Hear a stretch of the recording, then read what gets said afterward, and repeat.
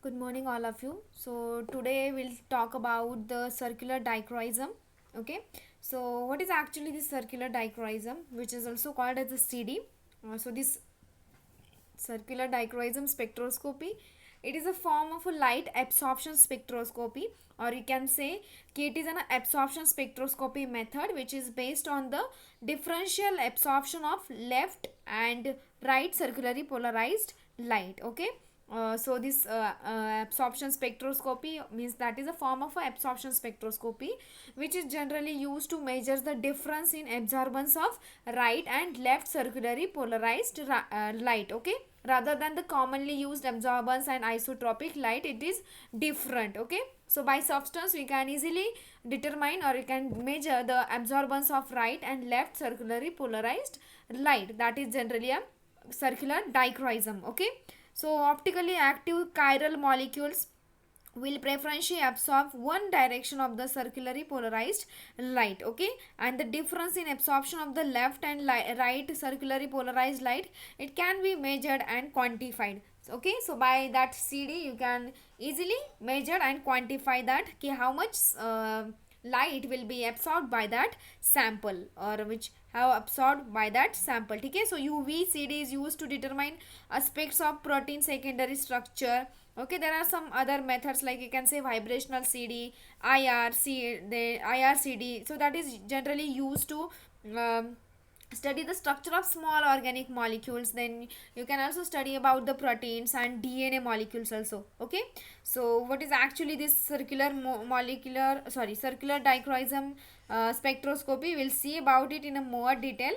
Okay, so there are some important basic concepts like the definition of asymmetry, then what is optical activity, and what is polarized light. Okay, so basically this type of a circular dichroism spectroscopy, it is one of a few structure assessment methods which can be used, or you can say utilized as an alternative and amplification to many conventional analysis techniques. So that is the major advantage of this, like you can say advantage about the CD is that it is a rapid process which gives a rapid data collection and ease of use. Okay, so since most of the efforts and time spent in advancement of chemical sciences, they are now devoted to elucidation and analysis of structure and composition of synthesized molecules or isolated natural products rather than their preparations. So one should be aware of all the relevant techniques which are available and know which instrument can be employed as an alternative to any other technique. Okay, so the aim of this model is to introduce CD technique and discuss what kind of information one can collect using this CD. Okay, and additionally you can say the advantage of CDs compared to other analysis techniques, and they have like limitations also. Okay, so we'll see about the optical activity, which is a basic concepts, or which is very important concept. So what is actually a optical activity? Okay, so in this diagram you can see there is a asymmetry and another one is for optical activity. So in asymmetry you can see there is a symmetrical uh, mm, and asymmetrical chiral and symmetrical chiral. You have seen that.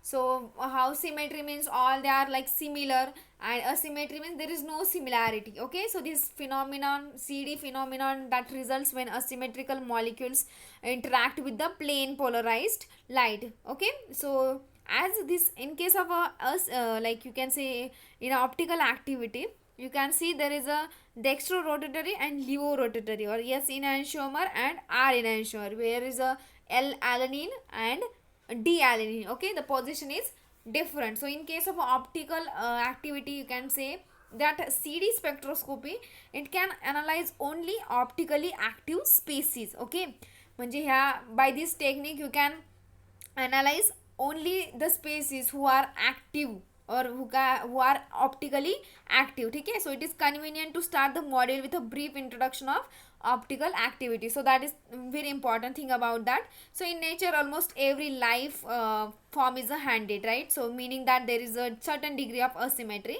just like in our hands. Okay, so one cannot impose right hand on the left because they are non-identical mirror images of one another, right? So are the chiral handed molecules, they exist as a enantiomers. You can see in the figure, so which mirror images of each other, right? You can see in that figure also. So one interesting phenomena which is related to the chiral molecules is their ability to rotate a plane of polarized light. Okay, means that optical activity property which is generally used to determine the specific rotation. Okay, so of your pure enantiomer. So this feature is used to polarimetry to find out the enantiomeric axis, okay, which is present in a sample. So this is a general schematic depiction of the chirally or handedness of amino acid, right? Alanine, it is an amino acid. Okay, now here you can see the light, polarized light. So these are the, like in first figure you can see there is a wave, okay, which have some properties like wavelength, distance from the crest to crest, right? Or we can say distance from two successive crest and trough. Okay, then you can see frequency means what, amplitude, they are given like definitions of these terms. So frequency is number of crest passages per unit time, and amplitude is a distance from level of crest to level of trough. Okay, and in the second figure you can see there is a polarized light, right?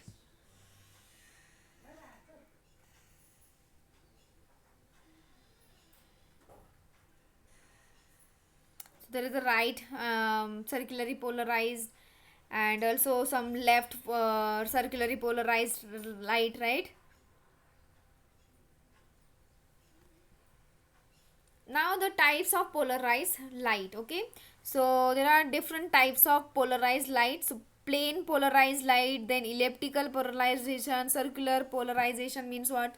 So in case of a plane polarized light, what happens, the light ray that they are processed through a filter which has a single or preferred vibration direction. Okay, it has a single direction, right? In case of a plane polarized light, you can easily understand by the figure also. Then elliptical polarization मध्ये काय होतं की the light ray passes through a filter which has two vibration direction, right? You can see in that figure कि it has two directions, like delta is equals to 1 by 4 of lambda. ठीक है, and the another one is the circular polarization. In that what happens, the light ray when they passes through that filter, it will have two vibration directions, similarly like your elliptical polarization. Okay, so the formula is same for that also. And when single light ray with the light vibrating in all directions, म्हणजे एका single लाईटमधून जेव्हा जेव्हा तुम्ही वेगवेगळ्या टाईप्सची light polarize होतील, so there are different types of polarization of light. Okay, now we circular polarized light means they are move in a circular motion. Okay, left, right, like that.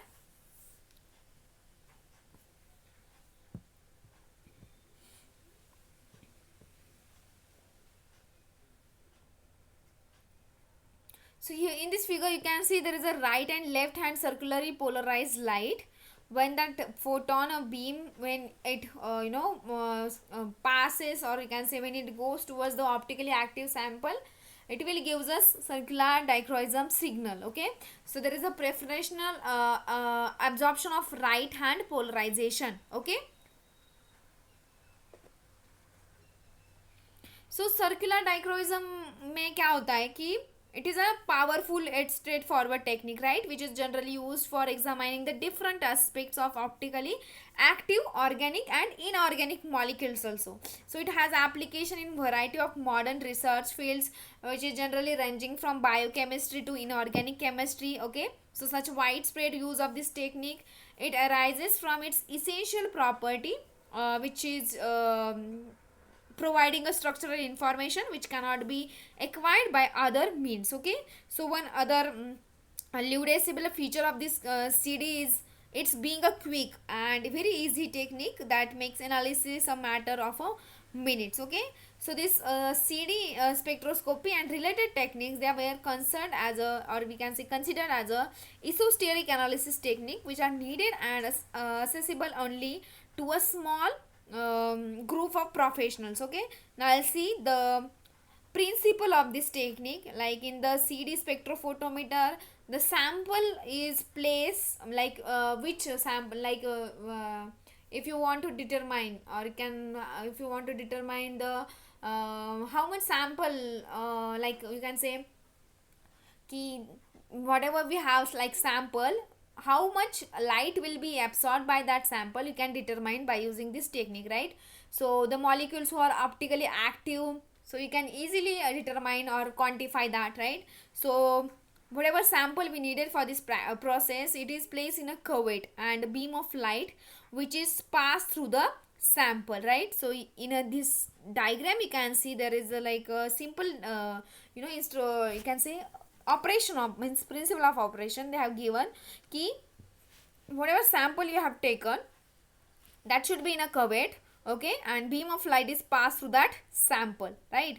So the light which is present in contains all electromagnetic waves which is coming from the source, which is subjected to that circular polarization, meaning that its plane of polarization which is made to rotate either a clockwise, means right circular polarization, and also anti-clockwise, means left circular polarization with the time while propagating. ठीक आहे, मग तुमचं काय होणार आहे, sample is firstly irradiated with the left rotating polarize light and absorption is determined. Okay, then second irradiation मध्ये काय होतं, it is perform by right polarize light.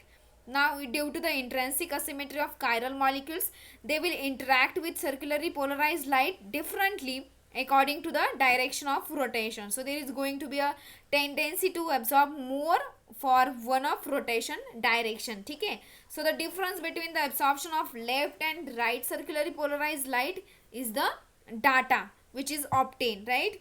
So there is a one more concept important, that is molar extension coefficient for left and right circularly polarized light. So that can be determined by like we can denoted it by epsilon, or we can simply means you can understand that molar concentration.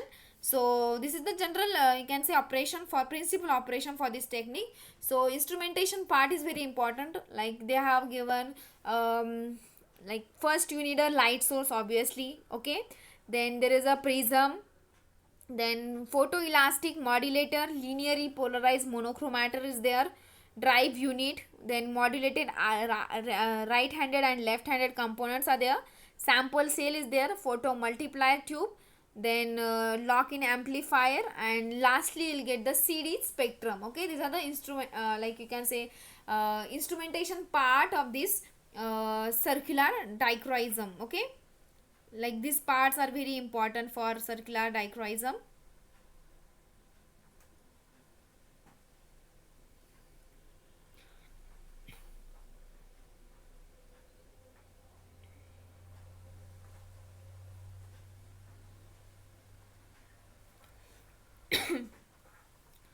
Now the like you can say more advantages of this process is like this so the next, that is sample preparation and measurement. Like you need additives, buffer and stabilizing compounds. So any compound which absorbs in the region of interest like 250 to 190 nanometer, it should be avoided. Okay, म्हणजे जो काही sample असेल तो तुमची light किती absorb केली पाहिजे त्यांनी, it should be more than 190 to 250. Okay, म्हणजे रेंज काय दिली त्यांनी, region of interest is 250 to 190 nanometre should be avoided. ठीक आहे, त्याच्यापेक्षा जास्तीचे. So protein solution should contain only those chemicals which are necessary to maintain a protein stability. Okay, and at the lowest concentrations are possible. So any additional protein and peptide will contribute to the CD signal. So you can measure how much light we are absorbed by that chemical compound which has like stable components which are present in that protein. Okay, then data collection. So initial experiments are useful to establish the best conditions for the real experiment. So cells of 0.5 mm path lengths they offer good data. Okay, So this is the typical initial conditions, like whatever sample you have taken, it should be means it should have a zero point 0.5 to sorry zero point 0.5 mg per ml concentration. Cell path length will be 0.5 mm. Then stabilizers which contain metal ions, etc. So buffer concentration will be 5 millimolar or as low as possible while maintaining the protein stability. If you want to, like we have no key protein, they have a optimum pH, then you can say optimum temperature. So we should take and care about it ki it should be in a optimum level, means which is in a higher active state. Okay, because whatever sample we have taken for this analysis, it should be optically active. Okay, so buffer concentration जे काय असणार आहे ते to maintain the protein stability you need to take a less concentration of that protein or buffer, sorry. Okay, so these are the wavelengths for common solvents and buffers like water. It is 185. So this is the table for some components which has this wavelength, who measure at this wavelength and buffers. Then CD data analysis we can see here.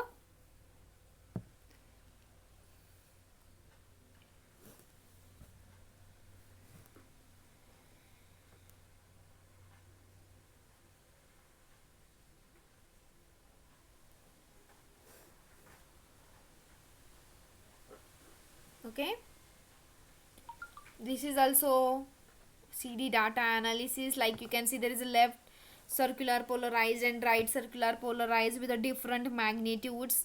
Okay, then when they together they will form elliptically polarized light, and the amount of ellipticity it can be described by the angle of theta. Okay, so theta is like there is this is not that much important for you. We just have applications of this spectroscopy technique. So focus on that only. Okay, now the application of this CD spectroscopy, so it has major applications like from we can say biochemistry to organic chemistry also. Okay,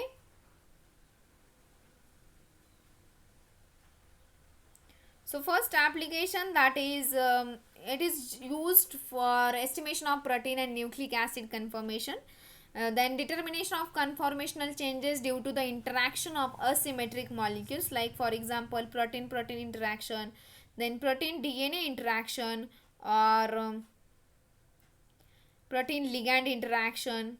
Then last one is the ligand, the DNA ligand interaction. So for that also you can use this CD. Okay, that is circular dichroism.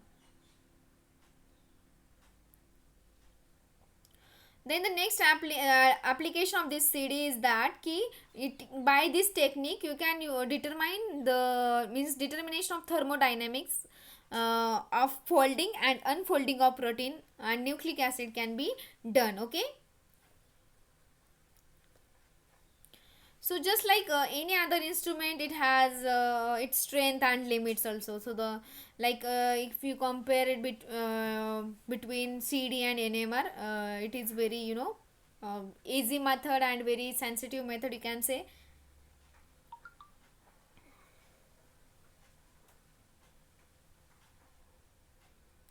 So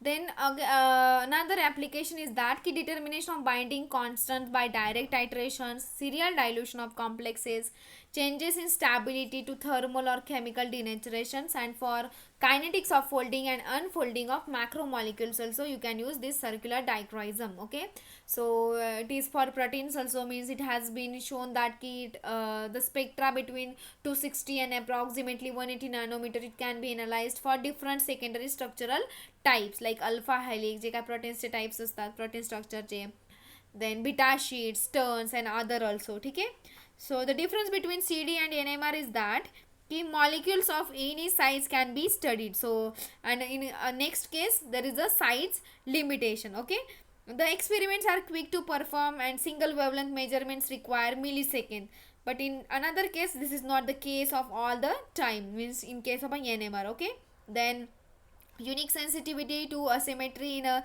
sample structure, and in case of a NMR there is a special conditions which are required to differentiate between the enantiomers. Okay, then CD, it can work with very small concentrations by lengthening the covert width until the discernible absorption is achieved. But in case of NMR, there is a limit to sensitivity of the instrument. Okay. Then in case of a CD, time scale is much shorter, that is your UV. So this allowing the to study the dynamic system and kinetics also. Okay. And in case of a NMR, time scale is long, so there is a use of radio waves which gives average of all dynamic systems. Okay. Then for CD, only qualitative analysis of data is possible, and in case of an NMR, quantitative data analysis can be performed to estimate a chemical composition. Okay. And this CD does not provide atomic level structure analysis, and this NMR, it is very powerful for atomic level analysis, which providing essential information about the chemical bonds in a system. Okay. And in CD, the observed spectrum is not enough for the claiming one and only possible structure, but in case of NMR spectrum is key information for the assigning a unique structure. So that is the basic difference between CD and NMR. Okay. So you have seen in some like CD instrument, it has a temperature control units also. There is a sample cuvette holder and UV lamp chamber. Okay. That is the instrumentation part of a CD. Okay. So this is about the CD, circular dichroism. So it is used for protein also. Then CD signal of proteins. Okay. This is not for for chromophore analysis you can use CD. Then everything is related to your proteins. Okay. Like resulted spectra, then using this CD to monitor three tertiary structure of protein, then protein interaction, that is the, so these are the detailed application about means how it works. Okay. So it has some drawbacks also, like interference with solvent absorption in UV region. Only very dilute non-absorbing buffers allow measurement below 200 nanometers. So these are the drawbacks of this technique also. So as I have already told you about the difference between this CD and NMR. So focus on that, and the applications are very important for this CD spectroscopy. Okay. So this is about the circular dichroism spectroscopy,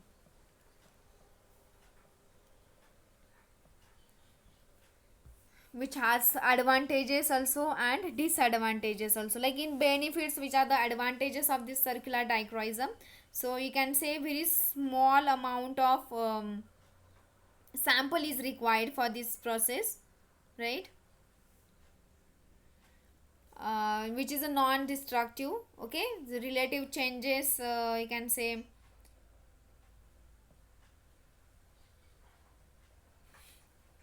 due to the influence of environment on sample, your pH, temperature, you can say. Okay.